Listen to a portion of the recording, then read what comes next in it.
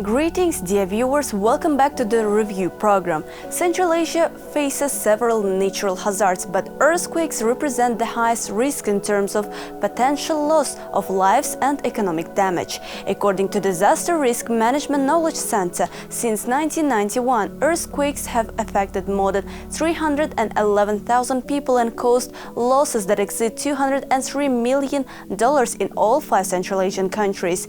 Today's episode is dedicated to seismology and seismic safety of Uzbekistan.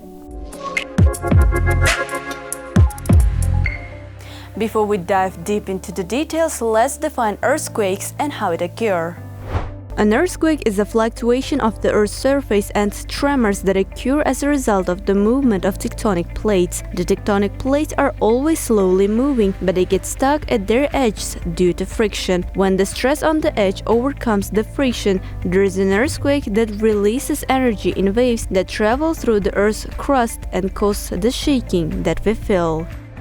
Seismology is the study of earthquakes and seismic waves that move through and around the Earth.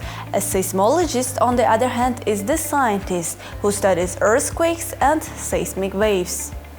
Seismic waves are caused by the sudden movement of materials within the Earth, such as slip along a fault during an earthquake, volcanic eruptions, explosions, landslides, avalanches, and even rushing rivers can also cause seismic waves. Those waves travel through and around the Earth and can be recorded with seismometers.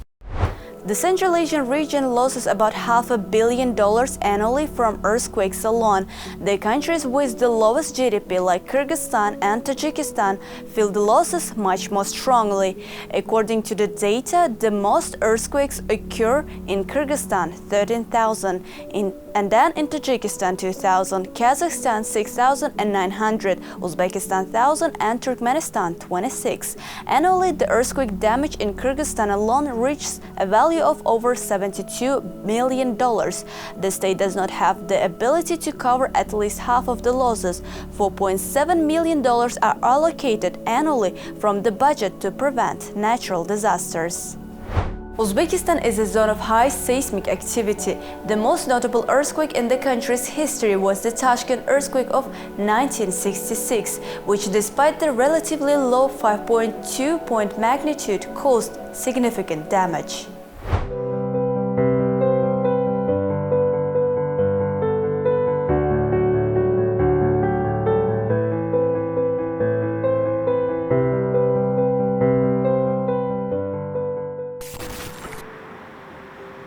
"5:23 on the clock, 26th of April 1966. The city shakes with a magnitude of 5.2, and the seismic effect on the Earth's surface at the epicenter exceeded 8 points. The rupture of rocks in the heart extended at the depth of 2 to 3, 8.9 kilometers under the central quarters of Tashkent. The center of Tashkent was mainly destroyed.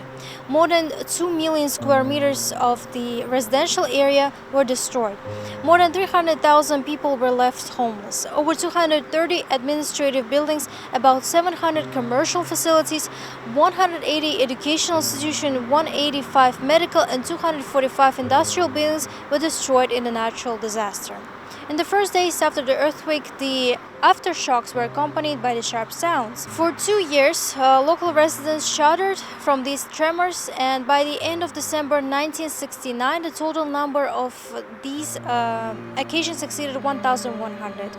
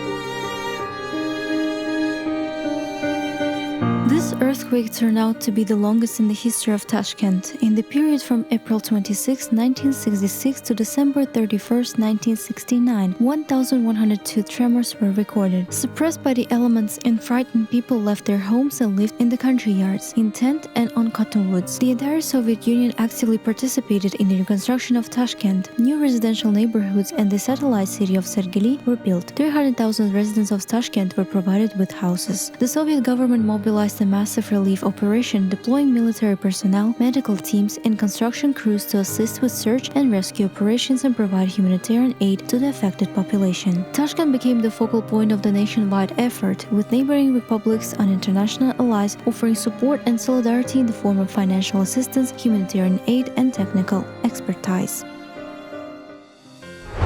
Since 1966, Uzbekistan has experienced multiple earthquakes of stronger degree. The most recent on July 21, 2011 took 13 lives in the Fergana Valley of the Republic and measured a magnitude of 6.1. It is therefore essential to be prepared for an earthquake and know the proper actions recommended during this natural disaster. Seismic centers play a crucial role in monitoring seismic events. The Republican Center for Seismic and Forecasting Monitoring of the Ministry of Emergency Situations in Uzbekistan was established in 2017. Its primary purpose is to monitor and analyze seismic activities and provide forecasts for potential emergencies related to earthquakes and other seismic events in the country. The monitoring network of the center consists of 46 seismic stations and 10 complex prognostic stations strategically located throughout Uzbekistan. These stations are equipped with various instruments and technologies to detect and record seismic activities accurately. Dear viewers, our today's guest came from the Republican Center of Seismic Forecasting Monitoring Center. We will today discuss the seismic activity of Uzbekistan and its safety. Right now, let's take a look to the seismic map of Uzbekistan. Can you tell us what are the areas on the map of Uzbekistan the most seismically active? So in this map provide the information about the seismogenic zones of our Republic of Uzbekistan. So originally by the geological and tectonical structure, the areas of Uzbekistan divide into two parts. So the eastern part of Uzbekistan, which calls the Aragan zones, are most, let's say, the seismic active zones. And as you can see, the western part was a slow seismicity level. And here is by the colors illustrate the possible intensity of the earthquake. And you can see that 7, 8, and 9 points illustrated by the yellow, orange, and red colors here in the map. Mm-hmm. What makes those zones are most seismically active? In this map illustrate the seismological zones of the Republic of Uzbekistan. And if you can see that in these areas, these lines, is located the seismic active faults. So that's why these parts of Uzbekistan are seismological active zones. So by occurring, the earthquake divide into the 5 types, and one of this type are the tectonical earthquakes, which is the most in Uzbekistan, occurred in Uzbekistan. So here we can understand that in these areas there are located faults, and by faults the earthquakes are occurring. What are those tectonical earthquakes you've mentioned that in Uzbekistan they're common? Yeah, they're most common in Uzbekistan, and also in Uzbekistan common the man-made earthquake. On plants, I guess, right? Yeah. Next map illustrates the location of our network, seismological observation network, stations of the network.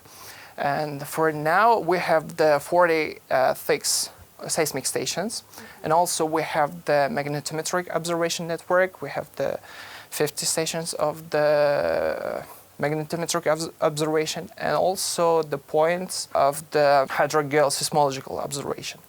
So here you can see that most of our stations are also located in the eastern part and central part of Uzbekistan, because of course they are most seismologically active zones. So by this we can monitor seismological shakes of the earthquake.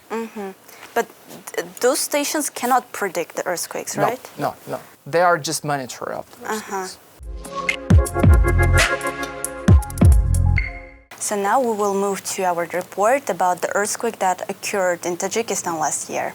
An earthquake of magnitude of 7.3 occurred in Tajikistan, specifically in a Saras lake, in depths of 200 kilometers. This has triggered the population of Uzbekistan, so what to expect? We have investigated the situation. Mid-tremors of Tajikistan earthquake were felt on the territory of Uzbekistan. One of the main topics of discussion is the Saras Lake reservoir and the possibilities of flooding if a dam will collapse. According to the calculations, if a crack appears, a flood up to 150 meters high will leave a height of over 3 kilometers. In the valleys, the wave height drops to 15 meters, which is equal to the height of a 3-story house. Working groups are currently operating to study the seismic situation in Uzbekistan, and the last conclusions are as follows. В Институте сейсмологии ведутся работы. Institute of Seismology is working on forecasting earthquakes and studies the seismic regime on the territory of Uzbekistan. We observe seismic lulls, period when seismic hazards fall, or vice versa, when they occur more often. When we face this change, we inform Forecast Commission. Saras Lake occurred due to the earthquake in 1911. Current earthquakes in 6.8 magnitudes in this area are depth of 20 kilometers. We as seismologists know if the epicenter is deep, the effect of the magnitudes will be less. Therefore, according to the data, we can say that the seismic effects of earthquake in Saras Lake to Uzbekistan is not high. Specialists of Commission on Emergency Situations monitor any changes in the reservoir. In case of a sudden change in a water level, observers should immediately announce. We just watched the situation that happened in Tajikistan last year, and as you can see, even population of Uzbekistan that are in different country, they felt those earthquakes. In case of something bigger will happen, what can we expect? It depends not only from the magnitude of the earthquake, but also from the epicenter, and distance between the epicenter and the Uzbekistan. If the distance will be high, far from away from Uzbekistan, you will not feel the shakes of the earthquake. So that's why I think we shouldn't worry about it. On the map, I remember you've been showing different waves and how seismically active the regions are. And let's say the earthquake of a magnitude 8 happens in one of our neighboring countries. How destructive it will be for our country, for our population? By the history, with a lot of earthquake in our neighbor countries as well, and for example, the Khan earthquake, it was also destructive for us. But for now, we can't give any forecasting and prediction about the earthquakes. At present time, it's impossible. So that's why we should just prepare to learn how to prevention of the destructive influence of the earthquake. But can we say if in any of those seismically active countries, for example, I do remember reading that Kyrgyzstan is also one of the most seismically active countries, if there is a earthquake occurs in some area that is closer to our region, for example, 7 magnitude, what kind of magnitude we will feel, for example, whether it's going to be 4, 5? Most of these earthquakes are occurred in the neighbor countries with magnitude, let's say, okay, as I mentioned before, it depends from the depths and distance. So that's why, of course, we can feel in our territory people will could be feel about the 3 or 4 point. If there is going to be 7? It depends on the distance and depths. We should understand the difference between the magnitude and point intensity. Magnitude, this is energy in the hypocenter of the earthquake, in depths. point or intensity, how people will, let's say, feel the shakes. The higher the wave, the bigger the points. Is that correlated? The higher, you mean magnitude? Yeah. It's also depend from the dips. If the dips will, let's say, in the 5 or 4 kilometers, yes, the point will be high. Let's talk about the earthquake that happened a year ago in Turkey. It was very destructive. What kind of lessons we learned from that earthquake? Are we preparing? Is there any places special for preparation to those earthquakes if they will occur here in Uzbekistan as well? Not only Uzbekistan take a big lesson from the earthquake, but whole world. Also, in last year was occurred the earthquake with a magnitude, am I right, 7.6 or 8 in Taiwan. So what is the difference between the Turkish earthquake and Taiwan earthquake? As you know, in Turkish was died approximately 50,000 people. But in Taiwan, this quantity was also the 200. So 50,000 and 200. What about the Uzbekistan?